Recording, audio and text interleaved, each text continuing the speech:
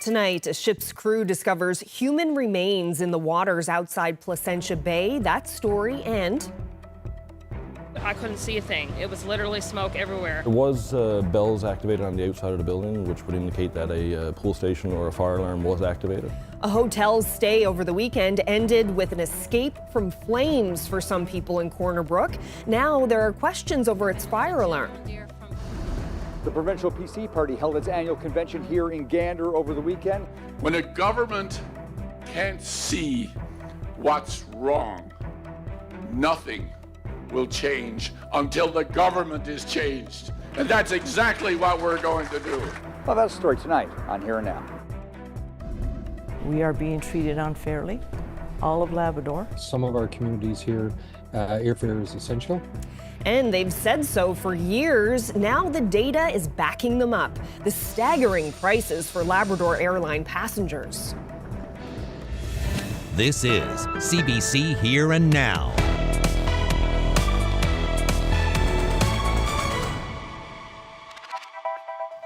Good evening and welcome to Here and Now. Police are searching the remnants of the Driftwood Inn for a missing guest last seen before Saturday's fire.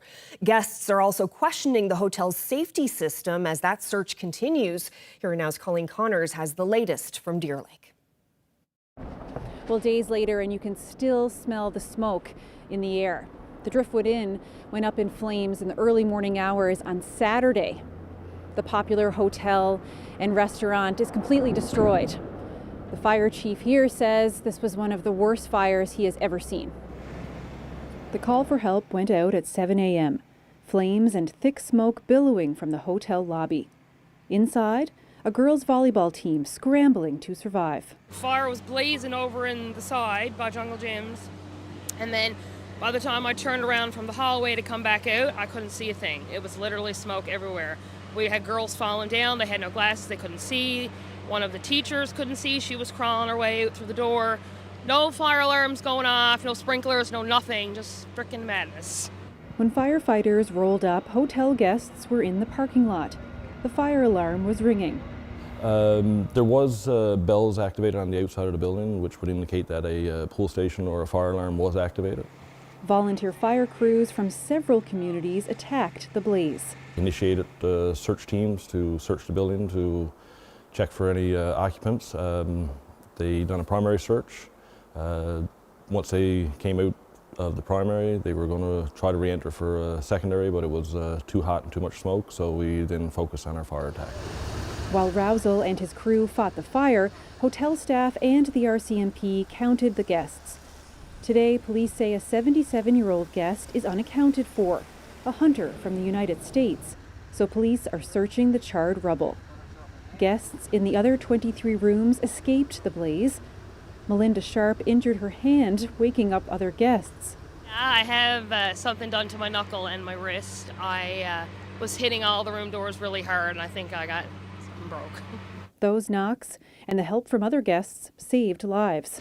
And there was a gentleman there from Bishop Falls, he's a fireman, and he was actually a lifesaver. He also directed the girls out of the hotel.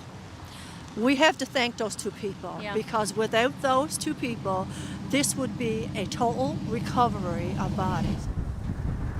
Firefighters then spent the entire day and night trying to contain the fire. Rousel says the building had a metal roof, which made it more difficult. But the gym next door and the houses nearby were untouched. There are still so many unanswered questions about exactly what happened here and what caused this building to burn.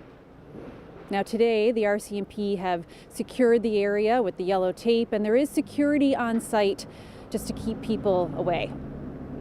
Colleen Connors, CBC News, Deer Lake. Well, police say human remains have been recovered from the ocean near Placentia Bay. According to RCMP, a commercial vessel discovered the person while working in the area on Saturday. The remains were transported to Argentia, where they were turned over to police. Little else is known at this time. The medical examiner is investigating to determine the identity of the individual. We have two fatal collisions to report tonight. A 22-year-old was killed in a single vehicle crash on the Trans-Canada Highway Saturday afternoon. It happened shortly after 2 o'clock near Lewisport. According to police, the young man was not wearing a seatbelt and was ejected from the vehicle. He died at the scene. A second passenger was taken to hospital with injuries. Meantime, a 61-year-old man operating a moped collided with a backhoe in Dunnville on Friday afternoon. According to police, that man was taken to hospital in Placentia and died a few hours later. The operator of the backhoe was not injured. Police are investigating. Well, shifting now to some political news, the Progressive Conservatives say they're ready for an election. Politicians and party faithfuls met in Gander over the weekend. Here now's Troy Turner was there. The PCs say they have a plan for the province, one that will lighten everyday expenses and undo Liberal government decisions. Instead of cutting taxes and fees, they increased them. They increased over 300 fees. They brought you the carbon tax. They brought you the sugar tax. They didn't cut poverty. They cut the poverty reduction strategy, which was one of the best poverty reduction strategy in the entire country. In a campaign-style speech in front of a room full of supporters, Tony Wakeham tackled everything from health to education to homelessness. We have done this weekend is laid down the foundation. To say we're ready. We're ready for an election. We're working hard as a party. We're working with our membership to develop policies that matter to the people of Newfoundland and Labrador. That's what this weekend was about, and that's what we'll continue to do. Affordability is top of mind for many. Was born shortly before the 2008 financial crisis, so growing up finances were very important to me, and as I've gone into my time in university and thought about what I would like to do with my career and my future, I've realized that financial certainty is one of the most important things a province or a nation could have. For others, it's about commitment to community. I live in rural Newfoundland. I believe in rural Newfoundland. I've worked in tourism and education for a number of years, and I see the focus on rural being very important, not only for the fishery, but for the survival of small communities. I think this party is absolutely, totally energized.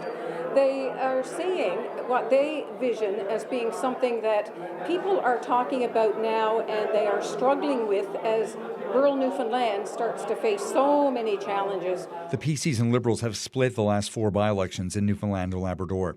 But federally, the Conservatives are riding high, 20 points over the Liberals, according to pollster Eric Grenier. When the federal Conservatives talk about the elimination of the carbon tax, I agree 100%. When they talk about expanding our offshore oil production, I'm 100%. When they talk about housing, I'm there 100%. So we have a lot of things that we have the same viewpoint on. Obviously, there's things that are different, but we have our own constitution, which basically says we will work with any federal party as long as it's in the interest of Newfoundland and Labrador, and I will continue to do that. With provincial and federal elections looming, both of which are expected to be called by next fall, Wakeham says he's hoping to build on the momentum of this weekend's convention. Troy Turner, CBC News, Gander. Well, a new Newfoundland and Labrador hydro report is warning about low water levels in Newfoundland. Less water is flowing into reservoirs that feed hydroelectric plants, and that could mean more oil burned at Holyrood this winter to meet demands for electricity. Much of the province saw drought conditions throughout the summer, including here in Bay d'Espere, the island's largest hydro plant. Earlier this year, Hydro imported a small amount of energy from Nova Scotia to save water for winter. But if the dry conditions persist, Hydro says it may need to burn more oil at the Holyrood generating station to compensate. While the report focused on the island reservoirs, Hydro says profits for Churchill Falls in Labrador fell 15% last year due to dry conditions. And prices for flights within and out of Labrador are triple the national average. That new data is backing up testimony we've heard from many travelers in the region for years. And as Here Now's Mark Quinn reports, those inflated costs just keep soaring. The cost of air travel is up across Canada, but in Labrador it's skyrocketed. For example, the travel from Happy Valley Goose Bay has increased by 33% since 2019. That's according to a fare analysis commissioned by the Goose Bay Airport Corporation. The research looked at fares at Labrador's second largest airport too, the Wabush Airport in Western Labrador. Over in Lab West, we've actually seen a greater increase of 47% increase. I mean, that's outrageous. The report says the average plane ticket from Nain to Happy Valley Goose Bay cost $1,245. The average cost from Nain to St. John's, $2,497. Evans says that's unacceptable. We are being treated unfairly, all of Labrador. And when you look at how much Labrador contributes to the provincial economy, we contribute a great amount to the cost, the revenue to the province. But when it comes to services and infrastructure, we're so far behind. Airfares across Canada have increased about 9% since 2019. The mayor of Happy Valley Goose Bay says the province could step in and help keep increases for Labrador residents down.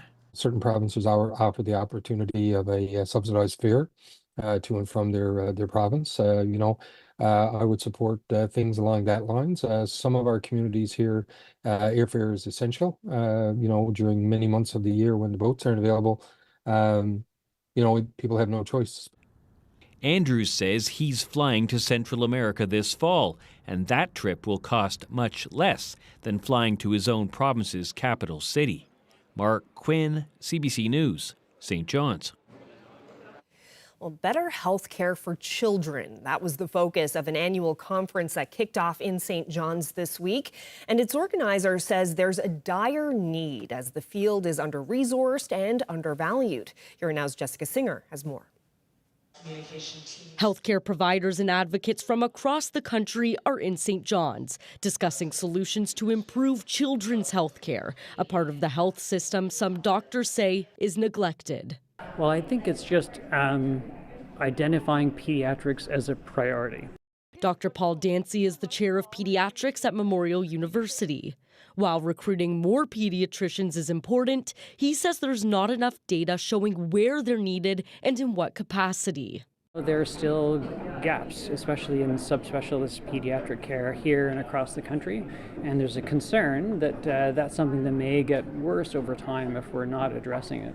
He says more pediatricians are needed on the island, including in rural areas where families don't often have access to primary care. Dr. Catherine Smart is a pediatrician from the Yukon. She hosted a discussion about care in rural communities. She says healthcare providers need to build stronger relationships with people living in more remote and sparsely populated areas. And she says virtual care can help achieve that. It's all about leveraging tools in new ways, so all children have trusted and timely healthcare support. And thinking outside the box, right? And recognizing that people don't, especially children and families, don't exist in isolation. They live in community. So when we start to get creative about the way that we can resource and utilize communities and start seeing people more as a whole, we're able to design systems that work much better and actually meet people's needs much more effectively. The 3-day conference in St. John's wraps Tuesday afternoon.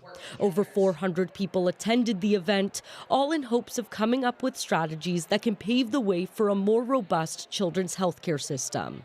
Jessica Singer, CBC News, St. John's. Mun's soccer teams soared with their hometown advantage this weekend with big wins over Mount Allison. Both the women's and men's team defeated the visiting Mounties, putting the women's team fourth heading into the playoffs. They'll play again later this week in Nova Scotia and bumping the men's team up to second seed, and that means they'll advance straight to the semifinals in New Brunswick. Best of luck to both teams as they push for the Atlantic University Sport Championship. And so you brought her in for a mouse problem. Has that been working out? Great. No mice whatsoever. Well, she's not always warm and fuzzy, but Old Perlican's newest employee sure gets the job done.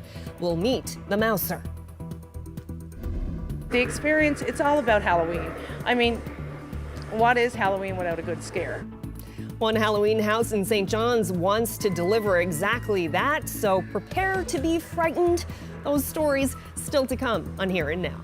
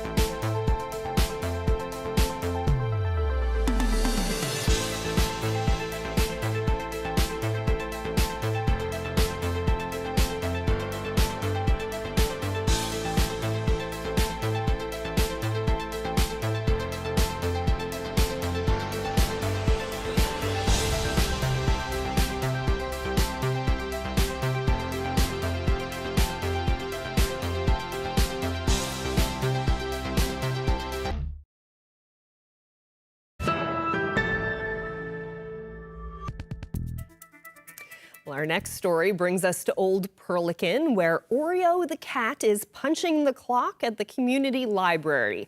Our Jessica Singer dropped by to hear about the building's smallest and temperamental staff member. She's the town mouser. She's an employee. She's the town mouser, yes. She lives here at the library in the town. And what roles does she hold here? What are her many job titles? To make people smile, to give loves, to catch mice, to chase kids. I'm 6 and my name is Isaac. There's a cat here. Tell us about this cat. Well, she makes everyone want to come here. What's her name? Oreo. What does she look like?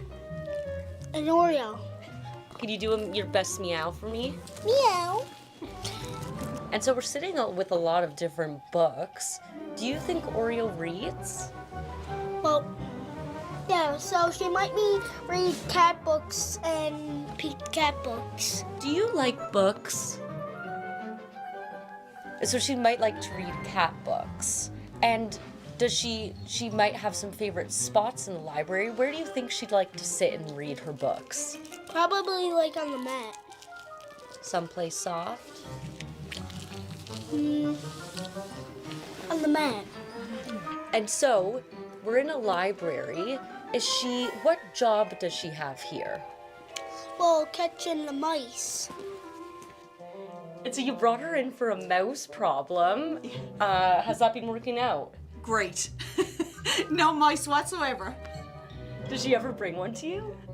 She's got one that we've known of here, but she didn't bring it to me. And what's her personality like? Describe who Oreo is. Oreo's very playful at times. She's very temperamental at times. What But do you she's mean by really that? lazy too at times. She sleeps most of the day. What do you mean by temperamental? Sometimes she wants loves and sometimes she doesn't. And what would you say to somebody who would want to come to the library and see the cat? Why should they come here? To see the cat. Love that. Well, from an intimidating cat to a scare for the spooky season, the Slaughter Shack has taken up residence on Stavanger Drive. It's a haunted maze, all in support of heavenly creatures. So step inside if you dare.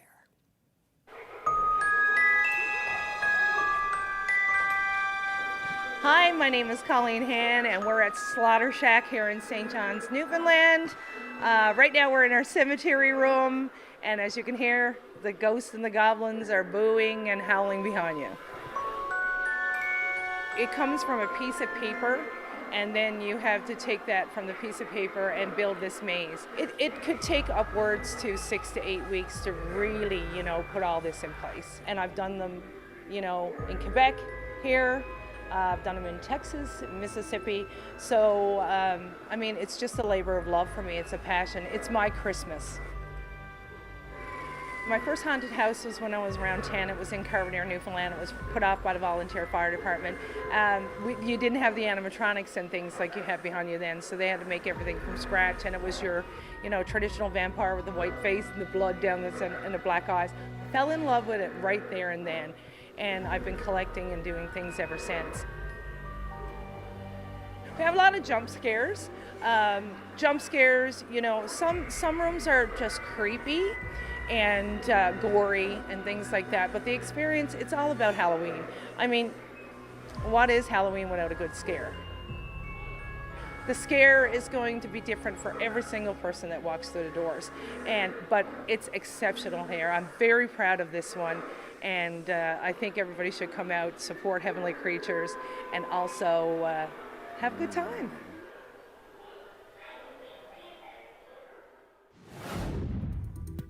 Well, temperatures are certainly cooling down. We've got temperatures in the single digits up across the Labrador this morning. The island, we're looking at temperatures around 10 to 11 degrees. And this afternoon, we warmed up quite nicely. So we've got a little bit more heat on the way as we head through the end of the week. We'll get into the details coming up.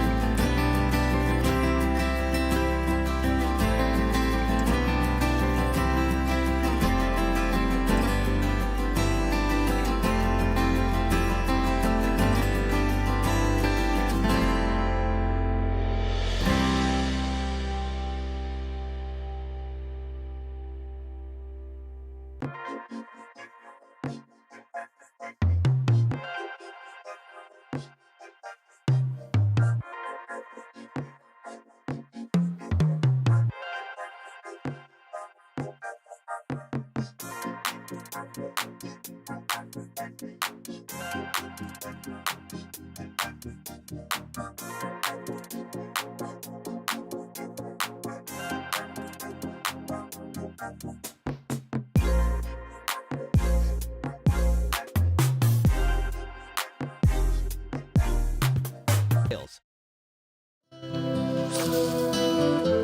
on Victoria Day weekend is a long-standing tradition in Newfoundland and Labrador. Watch Getting Out for Trout, Sunday at 11:30 and Monday at 7. I'm keeping him.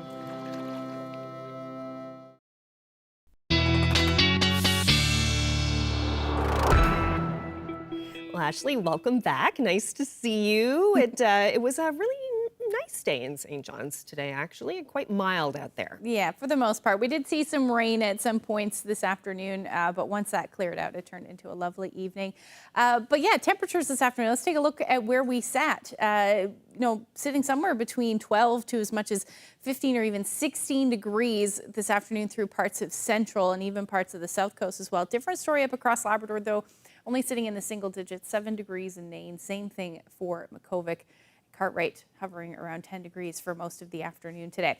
A beautiful evening now. We're seeing some cloud cover, but for the most part, it is lovely out there. 11 degrees still with those winds out of the west around 33 kilometers per hour, gusting upwards of about 46. So a bit of a breeze out there.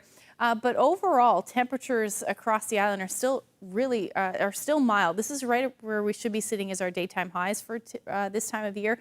Still 11 degrees in Deer Lake, 14 in Badger, and then temperatures cooling off, though, as we head towards Labrador. 2 degrees in Lab City. Even a chance of some flurries for you as we head through tonight. Now, most of that heavy rain that we were seeing earlier today for the east has moved offshore, but we do have a few showers again for the western portion of the island. Those will move through tonight, even affecting parts of Central and potentially even along the northeast coast as we head through the overnight. But if I zoom out, we've got another tropical system right now affecting Cuba. This is Tropical Storm Oscar. And a fairly weak storm by all means, but it is bringing some fairly heavy rain and has over the last little bit made landfall as a hurricane. And we're still seeing some power outages around Cuba as well. Winds topping out at about 85 kilometers per hour. This area of low pressure, or this tropical system, I should say, is going to continue to head northeast as we head through the next couple of days by midweek, even into Thursday, potentially affecting Bermuda. But as it continues to track a little bit further north through the weekend, the Thursday and Friday timeframe, it's going to interact with an area of low pressure. So it will lose its tropical characteristics. But as we head through that time frame, so Thursday night into Friday, it is going to bring some tropical moisture with it, which could bring some heavy rain as well as some gusty winds in that time frame as well to parts of the island. So we're certainly going to want to keep an eye on that forecast over the next couple of days. Now, for the time being, I should say, across the island, we're looking at that sky clearing for most of us tonight, but we are going to see that shower activity head towards central areas of the island as we head through the overnight period. And then again, as we head towards the early morning, we may see some lingering cloud cover and maybe even a few spotty showers with that as well east. But it does look like that should end fairly quickly. Now, across Labrador tonight, it is going to be quiet with the exception of some flurries in Lab West. Your temperature going down to -3 overnight tonight. Otherwise, you're going to be hanging on to the 2 to 3 degree range for most of the Big Land as well as the Northern Peninsula. Single digits, the story through Central, West Coast, but hanging on to those temperatures around 10 degrees for the Burin Peninsula as well as the Avalon. As we head into tomorrow, like I said, other than the chance of some cloud cover and a few showers to start the day, the afternoon actually looks really lovely. A beautiful fall day on tap for those of you on the island. And then for Labrador, most will see some cloudy periods through the day, some sunny breaks as well, but late day we'll see our next weather maker move in. This could bring some snow, wet snow, potentially some showers for the west and then even the northern portion of Labrador as well. Your daytime highs tomorrow will sit in the single digits yet again for the west in areas like Central. Along the south coast, temperatures between 9 to 10 or even 11 degrees, but it is going to be a bit breezy. Northwesterlies will be gusting 20 to 40 kilometers per hour. Coastal areas of Labrador also in for a breezy day. Westerlies will be gusting between 30 to 50, maybe even 60 kilometers per hour, hanging on to those single digits in the west. I'll have the long-range forecast coming up. Thanks so much, Ashley. Well, the annual Cape to Cabot race took advantage of the great weather on Sunday morning as runners tackled what's billed as the hardest road race in North America. Mark Green crossed the finish line atop Signal Hill in just over 77 minutes. On the women's side, Allison Stuckless battled back from an injury to run the race in a time of 1 hour and 32 minutes, getting a hug from her mom at the end.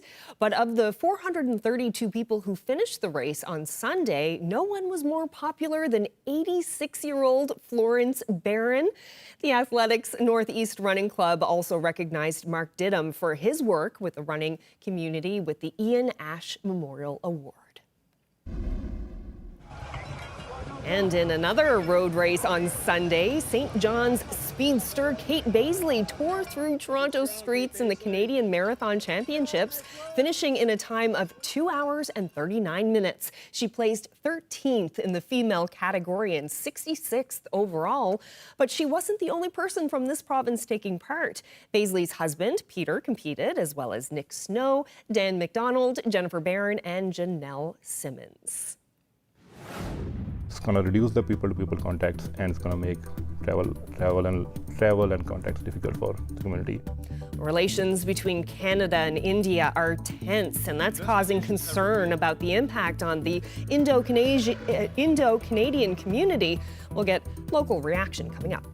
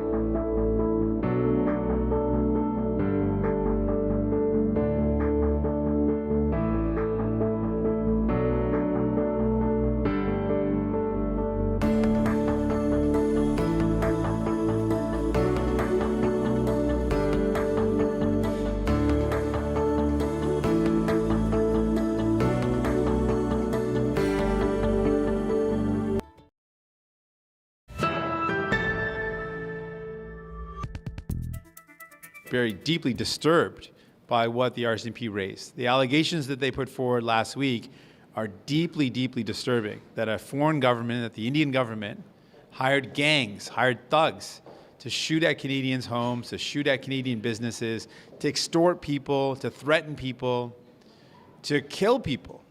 The federal NDP leader is calling for an emergency debate into foreign interference and violent crimes committed by Indian government agents. This all comes on the heels of recent RCMP revelations. The Mounties say India is engaged in violent criminal activity here in Canada, in homicide, extortion, working with organized crime, and interfering with our democratic process. The RCMP believes India was involved in the killing of Canadian citizen Hardeep Singh Nijjar in BC. And police have since warned 13 others of serious threats against them. India's prime minister is denying those allegations. Today, Jagmeet Singh also took aim at the PC leader for his inaction.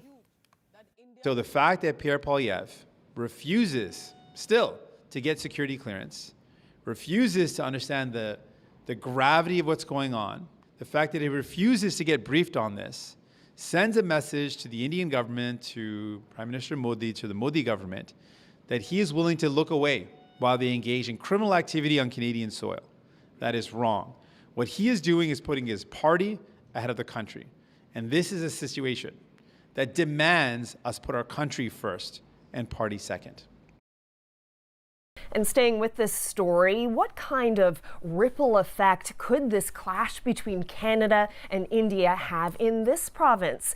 Let's get some local reaction to that. Joining me now is Ruben Diol, former president of the group the Friends of India NL and a member of the Sikh community in St. John's. Thank you so much for being here. Thanks, Caroline. Thanks for having me here. So what do you make of these bombshell allegations that agents of the Indian government are linked to a campaign of murder and extortion in this country? So this is not the first time we are hearing about it. There were some rumblings last year or a year before as well about this. But this is the first time one of our agencies, RCMP, has come out and done a press brief about it. And we live in a high trust society in Canada and we trust our agencies. So when they go out and put these statements out there, we believe them. And this is a matter of concern for subsection of the Indian community, because one of the members of that community have been killed, and the links are being made to the government of India, and yes, that part of the community is concerned, and but this is not something new. We have heard this, but there is this the level of the one level is the level of the agencies, and which we all trust, but then there is a different level of political leadership, how this is being played right now within Canada and also outside Canada. So from that perspective, we are just wondering how it will unfold, like especially with regards to consular services on both ends, Canadian Embassy in Delhi and Indian Embassy in Toronto, if they're going to be short-staffed, how they're going to affect people and their visas and their travel plans. So that's where the more concerns are. Yeah. And, yes, these allegations aren't anything new, but we are, I guess, seeing the situation evolve with the expulsion of top diplomats from both countries. Yeah. Where do you see this going? The thing is, we have two strong personalities in both the countries. Mr. Modi, who is trying to be a strong man in India, and Mr. Trudeau, who has his own political audience and trying to act tough on this. And as long as these two political personalities are in power, or the good thing in democracy is that political personalities, the political leadership change and evolve. So if nobody has seen the future, but for now we are seeing this is going to be a rough road for next year or so until we see a political change on either sides. And the community is concerned just because it's going to reduce the people-to-people contacts, and it's going to make travel and contacts difficult for the community here in Newfoundland as well. And there have been concerns raised, that this could affect trade between the countries, but also, as you touched on, movement of people back and forth. And I would imagine for people who are part of the Indo-Canadian community in Newfoundland, that could really affect their personal lives. What sorts of things do you think could happen here? It has already affected. Like, I can give you an example. One of my friends, he had a newborn baby in the summer. So he already booked his ticket to go to India to introduce the baby to his grandparents and stuff in early January. And he had just applied, he was in the process of applying for he's a Canadian citizen, but he's just in the process of applying for Indian visa to go back to India. Now he's like, okay, what's going to happen? I already booked my ticket. This is going to be delayed because this is all up in the air.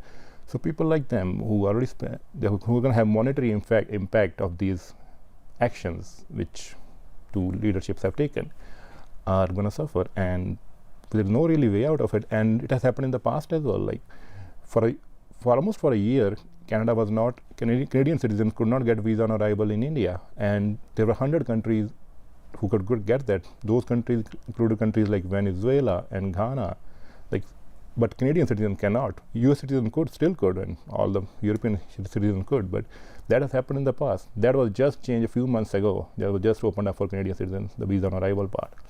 We're afraid that it's going to be closed again, and it's going to stay like that. What do you think about the reaction from the Indian government to this? They are angry about these allegations. Yes, and I think this is a bit of a surprise for people in Newfoundland or Canada, is that India has grown as a economic power, as a military power in the last few decades. It's not the India of late 90s or 1900s. So this is the India which is, and we are increasingly living in a multipolar world where these centers of power outside North America and outside Western countries are going to start imposing themselves more, whether it's China, whether it's India, or for that matter, Russia. So I think that's what it is happening, irrespective of who will be in power in India or who is in power. This is going to be because that country has grown stronger economically and militarily, and they will start influencing their geopolitical influence, exerting their geopolitical influence more in years to come. So as a responsible developed country like Canada, we should start recognizing that and say, okay, so this is not the India where we can dictate terms like the way we used to dictate terms to third world countries in 1900s. I think that has changed a bit now. Well, Ruben Diol, thank you so much for coming in. Really appreciate your thoughts on this. Thanks for your time.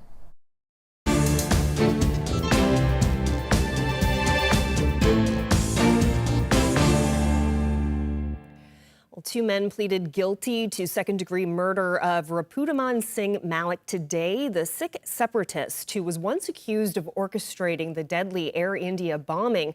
According to local media, a fight broke out between the pair immediately after they entered their plea today in a BC courtroom. Tanner Fox and Jose Lopez say they were hired to commit the murder of Malik. Malik was charged with mass murder and conspiracy in the Air India bombing, but was later acquitted in 2005. In 1985, a bomb exploded on an Air India flight en route from Toronto to London, England. All 329 people on board, most of them Canadian, died.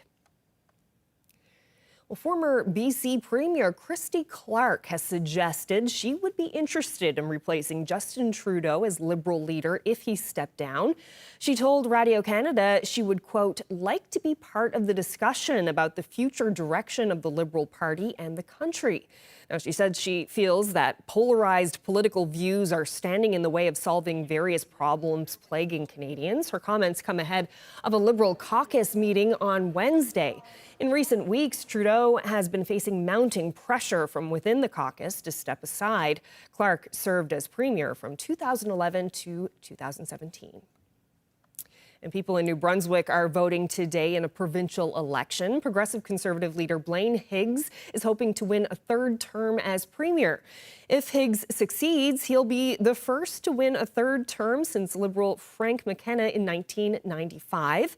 Higgs faces Liberal Party leader Susan Holt and David Kuhn, the leader of the Green Party. Higgs secured a majority government in the last provincial election in 2020. Voter turnout in New Brunswick in the last two elections was between 66% and 67%. And staying with elections, Americans go to the polls 2 weeks tomorrow, and most observers are predicting a very tight race. So the presidential candidates are campaigning in states that could go either way. Trump headed to North Carolina today, where he spoke with hurricane victims. In North Carolina's hour of desperation, the American people answered the call much more so than your federal government, unfortunately. In many, many ways, Donald Trump is an unserious man. But the consequences of him being president of the United States are brutally serious.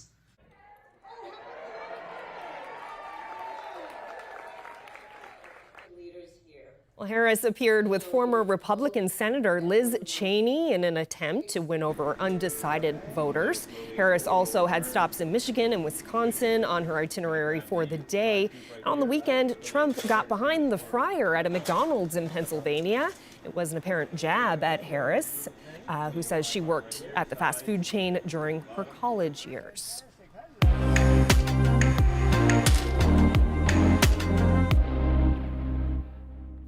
Well, a nonprofit group that offers free tutoring for students in Nova Scotia is now planning to expand across the country. The group organizes sessions online and has already helped thousands of kids starting in kindergarten. Gareth Hampshire reports. It began as a concept she came up with at home during the pandemic to help kids in Nova Scotia through a difficult time. And a few years later, the plan is to help more kids in more places. When we started this nonprofit, I was 18 years old. It was an idea that I had sitting in my bed one night thinking about how we could support the community during COVID-19. This is the program she founded that offers free tutoring sessions held on Zoom that are booked online. She realized even after the pandemic restrictions were lifted, families still needed the support. Obviously, teachers are doing such a phenomenal job, but it is just a fact that the school system here in Nova Scotia and school systems across Canada are overburdened. 13-year-old Azyla Malik is one of about 5,000 students in Halifax who've used the service, in her case, to help with math. So I was struggling a lot with fractions and stuff. So then I found this website and it was really helpful. She likes that the tutors, who all go through a vetting process, are on camera in the sessions. Because if you don't see the person, you don't really have like a visual understanding. So it's easier if you see the person and they explain it well. It was her mum who found out about the service through the school. It was her curriculum night, and we were in the classroom and asking for teacher for help because she was very shy. Studies the organization has done are showing encouraging results. We can really tell that students are more excited to go to school and they're feeling better about their academic outcomes, which to us is a huge impact and a huge achievement. Alberta, BC, and Ontario are all provinces the nonprofit is looking at next. Gareth Hampshire, CBC News, Halifax.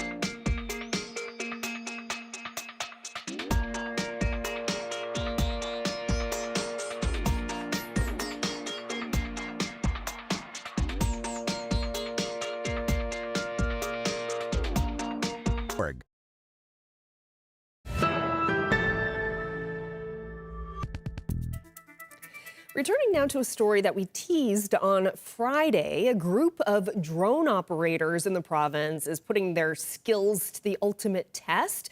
They're not just recording scenic shots, they're also racing. Weekend AM host Heather Barrett invited them to swing by the CBC radio studio to show off their moves. All right, I'm looking through the virtual reality glasses.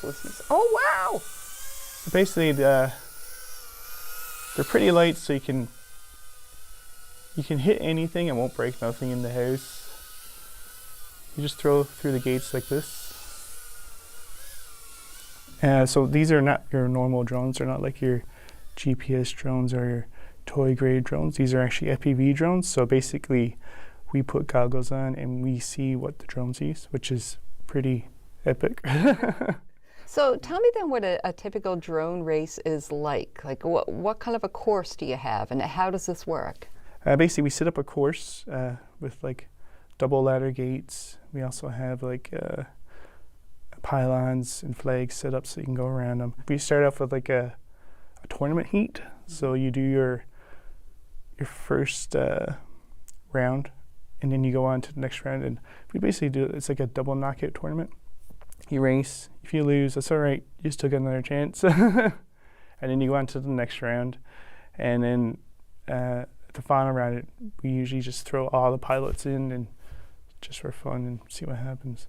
So if anyone wants to get involved with the Newfoundland and Labrador Drone Racing League, what should they do? Oh, so you can go on our Facebook page, Newfoundland and Labrador Drone Racing League, and basically from there you just, if you want to practice first, you can go on and meet up on our Velocidrone nights. So we practice in the simulator Thursday nights, and basically just go in there, get to know each other. You can just show up at our races. We'll give you a trainer whoop to learn on. We can teach you in the sim first, of course, and then we can just go on from there. Because we're pretty open on our group. We try to help each other, answer any questions you have. Like, no question is a stupid question. Because we were all on that boat when we first started.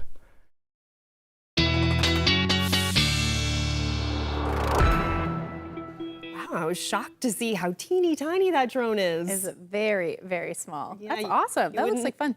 Not be able to use that on a windy day at all. Like perfectly calm it would have to be because that would just blow away. They'd be gone. Yeah. Over the ocean. And, speaking of wind and weather, looking at the long-range forecast now, what's ahead for us? Well, there's certainly some weather in the forecast. It's what's going to happen is the question. It does look like we're going to see some tropical moisture as we head towards the end of the week, which could bring some gusty winds right along with it. But let's take a look at what we have in store. So by the time we get into Wednesday, we're going to see a little bit more cloud cover move in across the island, but for the most part, another quiet day. Now, for Labrador, you're looking at some showers and maybe even some snow for the north coast as we head through the day. That should clear out as we head into the afternoon, especially towards central areas of Labrador and then towards the coast. But again, a pretty decent Wednesday across the island as well, which looks like we're going to start to see some warmer air right along with it as well. So 13 to 14 degrees will be the story as far as temperatures go for the island. Late day, we'll likely see some showers along southern areas of Newfoundland. But as far as Labrador goes, your temperatures are going to be quite mild as well, 15, 16 degrees through the day. If we do see any snow, it will be very north through the afternoon and mostly just the shower activity. Now, as we head into Thursday, our next weather maker is going to start to move in, or at least bring some cloud cover through the day, and that will be the story for the island. But some more showers will roll through Labrador as well into the afternoon. And again, the potential for some much cooler air and the potential for some snow to the north. Overall, this is when we should start to see that tropical moisture move in the evening anyway. But look at the temperatures, 15 to 18 or even 19 degrees as the daytime high. That will stick around as we head through the first part of Friday, I should say. But again, this is when, if we're going to see we will see some effect from this, but if we see the wind, it will be Friday. So we're looking at a temperature around 17 degrees, the periods of rain. Some of this rain could be fairly significant So definitely going to keep an eye on that one. And by Saturday, cooling a little bit down to about 14 degrees through the day with some sunshine. And as we head into the afternoon, so we'll see some clearing. For central Newfoundland, you are looking at temperatures a little cooler, about 11 degrees for Friday, 12 as you head into Saturday, and even cooler still for western Newfoundland as you sit in the single digits. Now for Labrador, you're looking at some showers early, both Wednesday and Thursday. Other than that, a fairly nice stretch of weather, although temperatures will cool down into the single digits and your overnight lows really dipping. Same thing for western Labrador, except you're looking at the potential for some flurries as we head towards the end of the week. Our weather photo today is in Kitty Vitty.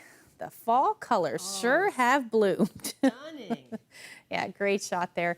Thank you for that, Gordon. If you have any weather photos that you'd like to share with us, you can do that by sending them to Facebook or emailing them to nlphotos@cbc.ca. Yeah, what a gorgeous time of the year we're in right now. It's my favorite. This is my favorite time of the year. It's just beautiful. And I'm excited about that Thursday forecast for Temperature-wise. 19 degrees. Come with a lot of rain, though. Yeah. All right, well, that's it for us. Thank you so much for spending part of your evening with us. Hope you can join us again tomorrow. Good night.